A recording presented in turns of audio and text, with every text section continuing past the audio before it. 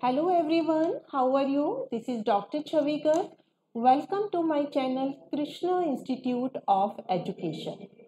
आज हम बताएंगे आपको फूड चेन क्या होती है, इस फूड चेन की कितने टाइप्स होते हैं और कौन कौन से फैक्टर जो हैं फूड चेन को इफेक्ट करते हैं।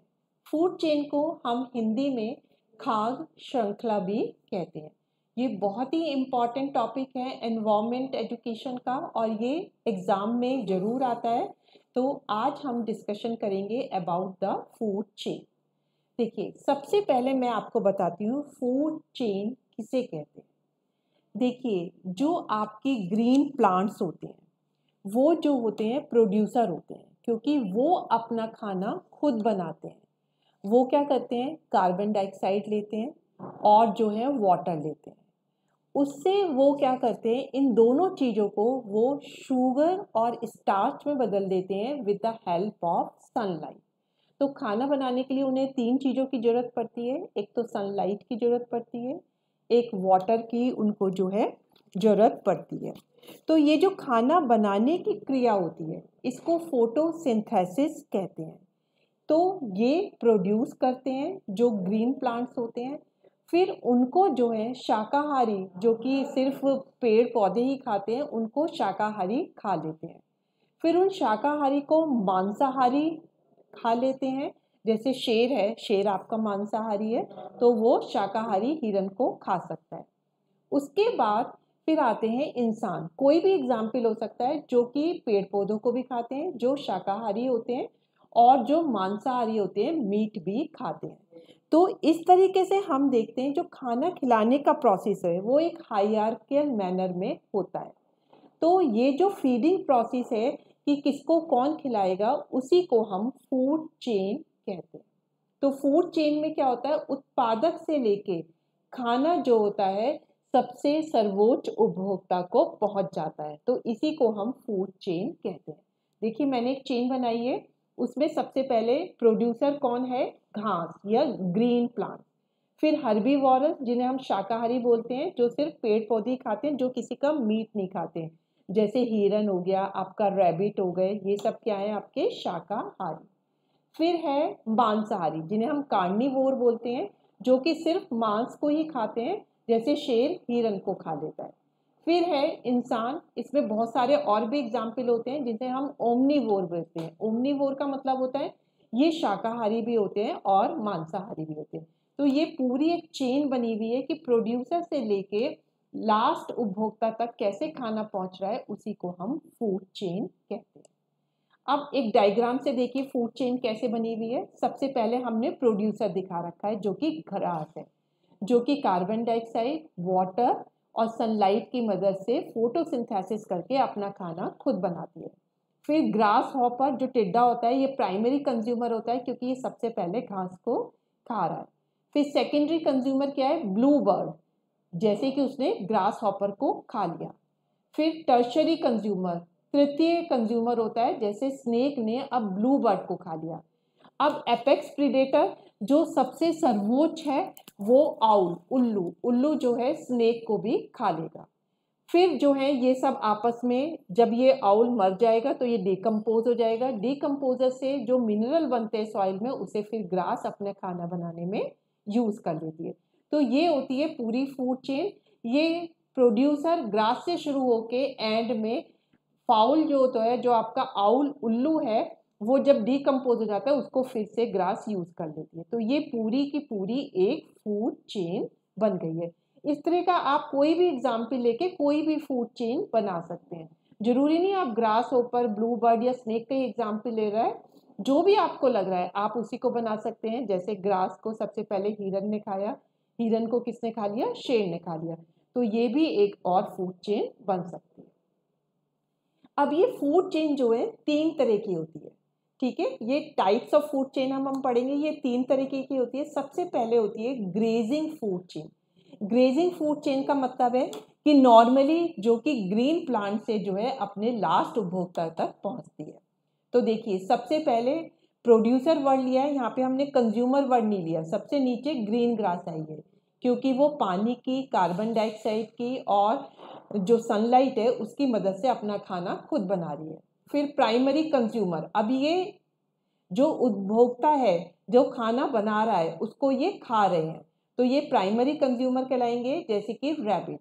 अब रैबिट को सांप खा लेता है क्योंकि ये कार्निवोरस है। फिर उल्लू जो है आपका एपेक्स हो जाता है या टर्शरी कंज्यूमर होता है, क्योंकि आउल जो है वो स्नेक को भी खा लेता है। तो ये कहलाएगी आपकी ग्रेजिंग फूड चेन। अब दूसरी आती है अपरत खाद्य श्रृंखला, या इंग्लिश में हम इसे बोलते हैं डेट्रिटस फूड चेन। इसमें क्या होता है कि कोई भी वो नहीं होता प्राइमरी प्रोड्यूसर, उत्पादक नहीं होता। इसमें क्या होता है जो डीकम्पोज हो जाते हैं, जो जैसे कि पेड़ों से पत्तियां गिर गई हैं आपकी, या जो एनिमल होते हैं उनका जो वो होता है वेस्ट होता है, जैसे कि काऊ का काऊ डंग हो गया, तो ये जो होते हैं ये प्रथम लेवल पे आते हैं, जैसे गिरे हुए पत्ते। अब इन पत्तों को कौन खा लेता है? द्वितीय स्तर पे बैक्टीरिया। अब इनके ऊपर ये पड़े रहेंगे तो बैक्टीरिया इनको खा के सड़ा देते हैं। फिर तृतीय स्तर पे आते हैं, इन बैक्टीरिया को छोटे छोटे इंसेक्ट खा लेते हैं, कीड़े मकोड़े खा लेते हैं। फिर फोर्थ लेवल पे आती हैं, अब मछलियों का भोजन कौन होता है? इंसेक्ट। तो इस तरह से हमने देखा कि जो डिकम्पोज थिंग्स हैं, जैसे गिरी हुई पत्तियां, उन पे बैक्टीरिया ने खाया, उनको बैक्टीरिया को कीड़े मकोड़े इंसेक्ट ने खा लिया, और इंसेक्ट को फिश ने खा लिया। तो ये कहलाती है अपरत खाद्य श्रृंखला, क्योंकि इसमें कोई भी खाना बनाने वाला नहीं होता।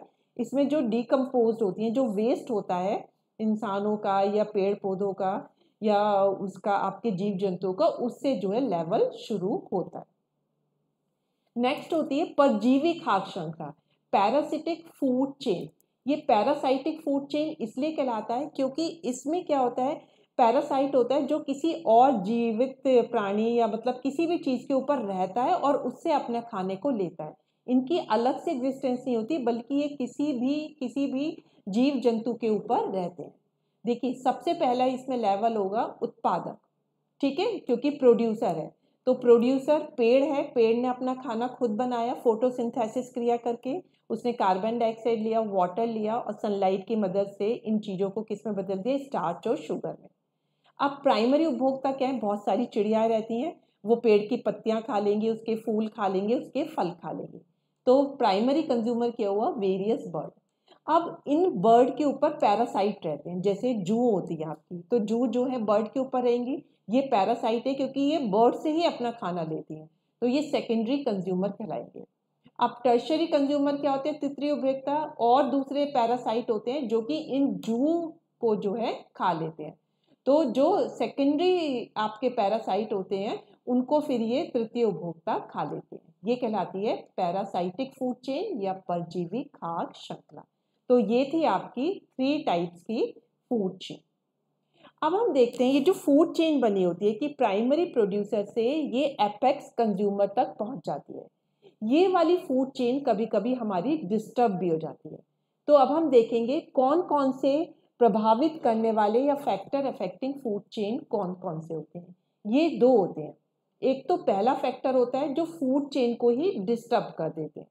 दूसरा होता है कि फूड चेन की जो खाने की क्वालिटी होती है, दूसरा फैक्टर उसको अफेक्ट करते हैं। तो देखिए फूड चेन को डिस्टर्ब कैसे कर देते हैं। सबसे पहले तो ह्यूमन एक्टिविटी। देखिए आजकल हम देख रहे हैं पॉपुलेशन बढ़ती जा रही है, लोग फॉरेस्ट को हटाते जा रहे हैं, वहाँ पे डिफरेंट होटल खोल रहे हैं, रिसोर्ट खोल रहे हैं, और अपनी ज़रूरत को पूरा करने के लिए इंडस्ट्रियलाइजेशन बहुत ज़्यादा हो रहा है। हम एग्रीकल्चर में भी जो है अब केमिकल फर्टिलाइज़र यूज़ कर रहे हैं। तो इनसे क्या होता है, ज़मीन की फर्टिलिटी ख़त्म हो जाती है, ज़मीन में जो बैक्टीरिया होते हैं वो ख़त्म हो जाते हैं, डिफॉरेस्टेशन से पेड़ ख़त्म हो रहे हैं। तो इस तरह से जो हमारा प्राइमर प्रोड्यूसर था और जो बैक्टीरिया थे वो सब खत्म हो रहे हैं, तो फूड चेन ही डिस्टर्ब हो रही है। तो फूड चेन में पहले किसी ग्रीन प्लांट्स को जो है हर्बीवोरस खा रहे हैं, फिर कार्निवोरस, फिर ओमनीवोरस। तो किसी में तो ये सब क्या है, एक आपस में बैलेंस रखते हैं, लेकिन हमारी ह्यूमन एक्टिविटी की वजह से ये फूड चेन ही डिस्टर्ब हो रही है। तो हमारे प्राइमरी प्रोड्यूसर कम हो रहे हैं या हर्बीवोरस कम हो रहे हैं, तो कार्निवोरस को भी अपना पूरा खाना नहीं मिल पा रहा है। इस तरीके से फूड चेन डिस्टर्ब हो जाती है। दूसरा होता है नेचुरल डिसास्टर। ह्यूमन एक्टिविटी तो होती है जो हम अपने काम से कर रहे हैं, नेचुरल डिसास्टर होते हैं जिसपे किसी का कंट्रोल नहीं होता है, जो कि गॉड के द्वारा होती हैं। तो नेचुरल डिसास्टर में जैसे आपकी जंगल में आग लग गई, अर्थक्वेक आ गए, तूफान आ गए, फ्लड आ गए, इससे भी क्या होता है, बहुत से जीव जंतु मर जाते हैं, पौधे खराब हो जाते हैं, तो इससे भी फूड चेन डिस्टर्ब हो जाती है। अब नेक्स्ट है आपका कि क्वालिटी ऑफ फूड को जो है कैसे हमारे फैक्टर डिस्टर्ब करते हैं। इसमें भी दो आते हैं, ह्यूमन एक्टिविटी और नेचुरल डिसास्टर। अब जैसे ह्यूमन एक्टिविटी में अब हम एग्रीकल्चर में क्या यूज़ करते हैं, हम बहुत ज़्यादा जो है केमिकल फर्टिलाइज़र यूज़ करते हैं, तो उस खाने की जो क्वालिटी है वो बहुत ख़राब हो जाती है। हर्बीवोरस उन्हें खाएंगे तो उनको भी उतने प्रोटीन नहीं मिलेंगे, कार्निवोरस खाएंगे तो उनको भी इतने नहीं मिलेंगे, तो उन सभी के इम्यूनिटी सिस्टम डाउन हो जाते हैं। तो इस तरह से ह्यूमन एक्टिविटी से हम क्वालिटी ऑफ फूड को बहुत ज़्यादा डिस्टर्ब कर रहे हैं। दूसरा होता है नेचुरल डिसास्टर, जैसे कि तूफान आ गया, अर्थक्वेक आ गया, जंगल में आग लग गई या फ्लड हो गई। उससे भी क्या होता है, आपकी जो वो होते हैं मिट्टी वो बह के एक जगह से दूसरी जगह चली जाती है, पेड़ पौधे गिर जाते हैं, तो उसकी वजह से जो सॉइल इरोजन से बैक्टीरिया मर जाते हैं, तो जो मिट्टी की फर्टिलिटी होती है वो भी खराब हो जाती है, और उसकी वजह से जो है हमारा जो क्वालिटी ऑफ फूड होता है वो डिस्टर्ब हो जाता है। ठीक है, तो इस तरह से हमने देखा कि फूड चेन को ह्यूमन एक्टिविटी और नेचुरल डिसास्टर दोनों डिस्टर्ब करते हैं।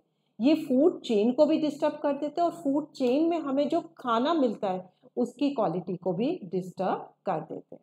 तो आज के इस लेक्चर में हमने समझा फूड चेन किसे कहते हैं, कितने टाइप की फूड चेन होती हैं, और फूड चेन को कौन कौन से फैक्टर इफेक्ट करते हैं। ये बहुत इंपॉर्टेंट टॉपिक है।